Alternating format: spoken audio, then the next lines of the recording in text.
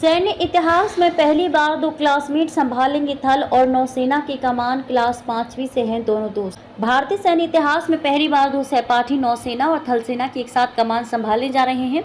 Lieutenant general Upendra Dwivedi रविवार को थल सेना प्रमुख के रूप में कार्यभार संभालेंगे, जबकि एडमिरल दिनेश त्रिपाठी 30 अप्रैल से ही नौसेना के प्रमुख हैं। दिलचस्प बात यह है कि नौसेना प्रमुख एडमिरल दिनेश त्रिपाठी और सेना प्रमुख लेफ्टिनेंट जनरल उपेंद्र द्विवेदी ने सैनिक स्कूल रीवा मध्य प्रदेश में पढ़ाई की है। वे 1970 के दशक की शुरुआत में कक्षा 5वीं से एक साथ स्कूल में रहे थे। दोनों अधिकारियों के रोल नंबर भी एक दूसरे के आसपास ही थे। जैसे लेफ्टिनेंट जनरल द्विवेदी का रोल नंबर 931 था और एडमिरल त्रिपाठी का 938 था। थल सेना के 30वें प्रमुख होंगे lieutenant general Dwivedi. Lieutenant general Dwivedi और एडमिरल त्रिपाठी सैनिक स्कूल रीवा में पिछली सदी के 7वें दशक में 5वीं कक्षा में सहपाठी रह चुके हैं। लेफ्टिनेंट जनरल द्विवेदी का रोल नंबर 931 और एडमिरल त्रिपाठी का 938 था। स्कूल में शुरुआती दिनों से ही उनके बीच गहरी दोस्ती रही है। लेफ्टिनेंट जनरल द्विवेदी थल सेना के 30वें प्रमुख होंगे। वे जनरल मनोज पांडे का स्थान लेंगे, जो 26 महीने के कार्यकाल के बाद रविवार को सेवानिवृत्त हो रहे हैं।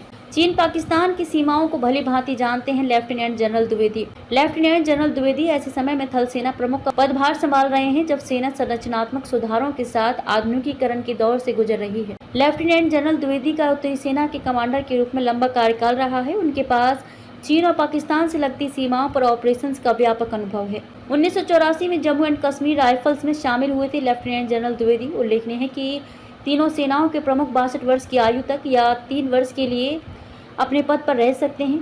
1 जुलाई 1964 को जन्मे लेफ्टिनेंट जनरल द्विवेदी 15 दिसंबर 1984 को सेना की जम्मू एंड कश्मीर राइफल्स में शामिल हुए थे। लगभग 40 वर्षों की अपनी लंबी एवं विशिष्ट सेवा के दौरान उन्होंने पदों पर कार्य किया है। इसमें रेजिडेंट की कमान 18 Jammu and Kashmir rifles brigade, sector 26 Assam rifles की डीआईजी ईस्ट कोर 9वीं कोर एवं उत्तरी कमान के प्रमुख 2022-2024 शामिल हैं। वह इन्फेंट्री के महानिदेशक भी रहे हैं। उन्हें परम विशिष्ट सेवा पदक, अति विशिष्ट सेवा पदक और 3 GOC-INC प्रशस्ति पत्रों से सम्मानित किया गया है।